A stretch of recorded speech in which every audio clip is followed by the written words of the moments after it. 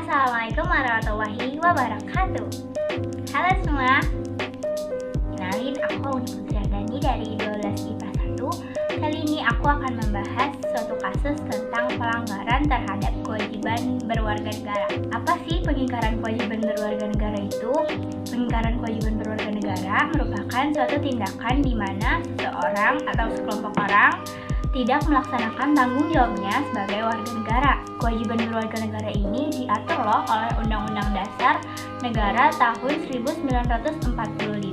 Namun, seperti yang kita lihat sekarang, banyak kasus-kasus pelanggaran terhadap kewajiban ataupun tanggung jawab kita sebagai warga negara.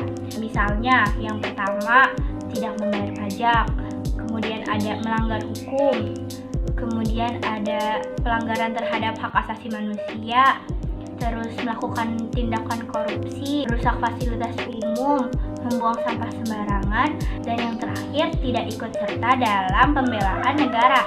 Kali ini aku akan mengajak kalian semua untuk membahas korupsi yang merupakan contoh dari pengingkaran kewajiban sebagai warga negara. Korupsi merupakan suatu tindakan yang mencerminkan ketidakjujuran. Seseorang ataupun sekelompok orang yang melakukan tindakan korupsi ini dapat merugikan negara hingga triliunan rupiah loh. Itu artinya si pelaku korupsi ini banyak melanggar kewajibannya sebagai warga negara. Untuk lebih jelasnya, mari kita simak video setelah ini. Juliari Peter Batubara, Menteri Sosial saat korupsi bantuan sosial untuk warga terdampak COVID-19 terjadi, dihadirkan jaksa untuk dua terdakwa. Terdakwa yang disidang adalah Direktur Utama 3 Pilar Agro Utama Ardian Iskandar dan pengusaha Haris Sidabuke. Juliari yang menjadi Menteri Sosial diduga menerima suap dari setiap barang bantuan pemerintah untuk warga terdampak COVID-19. Menyatakan terdakwa terbukti secara sah dan menginginkan menurut hukum bersalah melakukan tindak pidana korupsi sebagaimana diatur dan diancam pidana, menjatuhkan pidana terhadap terdakwa berupa pidana penjara selama 11 tahun.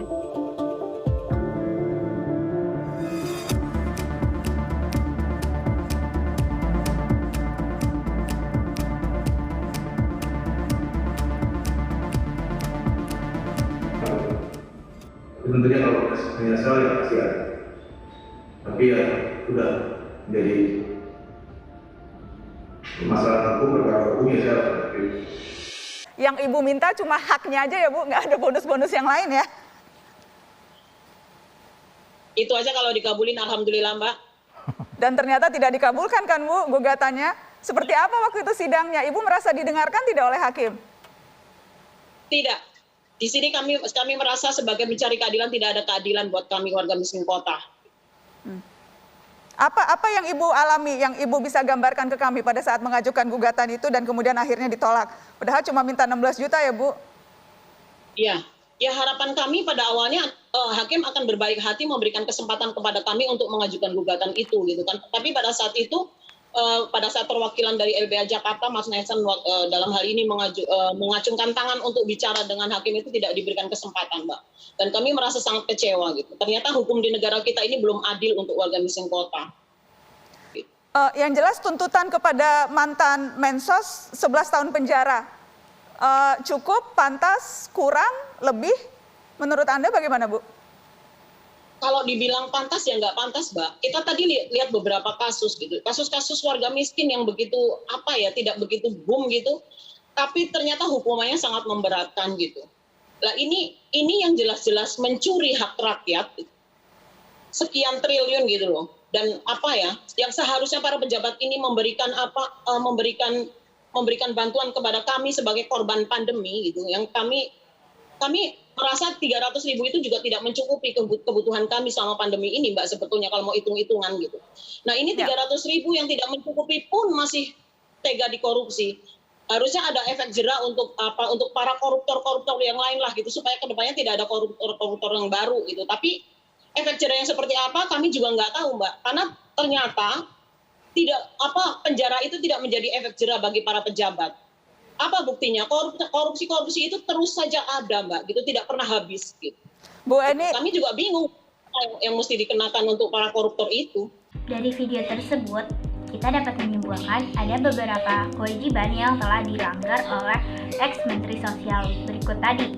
Kewajiban tersebut antara lain, yang pertama, kewajiban menghormati orang lain. Tindakan yang diberlakukan oleh ex-Menteri Sosial Juliari ini seolah-olah tidak menghormati orang-orang yang seharusnya mendapatkan dana bantuan sosial. Ini memberi gambaran kepada kita semua bahwasannya terkadang seorang pejabat tinggi terkadang lupa akan keberadaan rakyat-rakyat kecil di sekelilingnya. Yang kedua, kewajiban ikut serta dalam pembangunan nasional. Dana yang dikorupsi tersebut seharusnya dialokasikan kepada masyarakat untuk menunjang hidupnya di tengah pandemi COVID-19 ini. Tindakan korupsi yang dilakukan oleh Juliari sama saja dengan menghambat proses pembangunan nasional. Kemudian yang terakhir, kewajiban bela negara. Korupsi dikatakan sebagai ancaman dalam bela negara karena tindakan korupsi ini dapat menjatuhkan kekuatan bangsa dan menjauhkan rakyat Indonesia dari kesejahteraan. Hal ini merupakan pencerminan dari tindakan yang dilakukan oleh ex-Menteri Sosial Juliari. Tindakan korupsi ini sebetulnya sudah diatur dalam Undang-Undang Nomor 31 Tahun 1949 yang berbunyi, setiap orang yang secara melawan hukum melakukan perbuatan memperkaya diri sendiri atau orang lain atau korporasi yang dapat merugikan keuangan negara atau perekonomian negara dipidana dengan penjara seumur hidup atau pidana penjara paling singkat 4 tahun dan paling lama 20 tahun. Harusnya dengan undang-undang tersebut, para pelaku korupsi tidak lagi melakukan tindakan korupsi. Tidaknya mereka jera atas hukuman yang nantinya akan diberikan terhadap pelaku korupsi. Namun di kehidupan nyata, para pelaku korupsi semakin gencar untuk melakukan tindakan korupsi. Hal itu terus terjadi di Indonesia karena hukum di Indonesia merupakan hukum yang tumpul ke atas dan tajam ke bawah. Maksud dari konotasi tersebut ialah hukum tersebut memburu rakyat-rakyat menengah ke bawah yang tidak memiliki jabatan atau peran penting di negara. Sementara rakyat-rakyat menengah ke atas ataupun pejabat-pejabat tinggi negara, jika mereka melakukan tindak kesalahan, hukumannya akan dipermudah atau dibantu dengan adanya uang. Aku harap penjelasan yang aku sampaikan tadi mampu memberikan kita semangat dan dorongan pada generasi-generasi penerus supaya tidak melakukan tindakan korupsi yang dilakukan oleh para pejabat-pejabat tinggi sebelumnya. Sekian dari aku, kurang lebihnya mohon maaf. Wassalamualaikum warahmatullahi wabarakatuh. Dadah.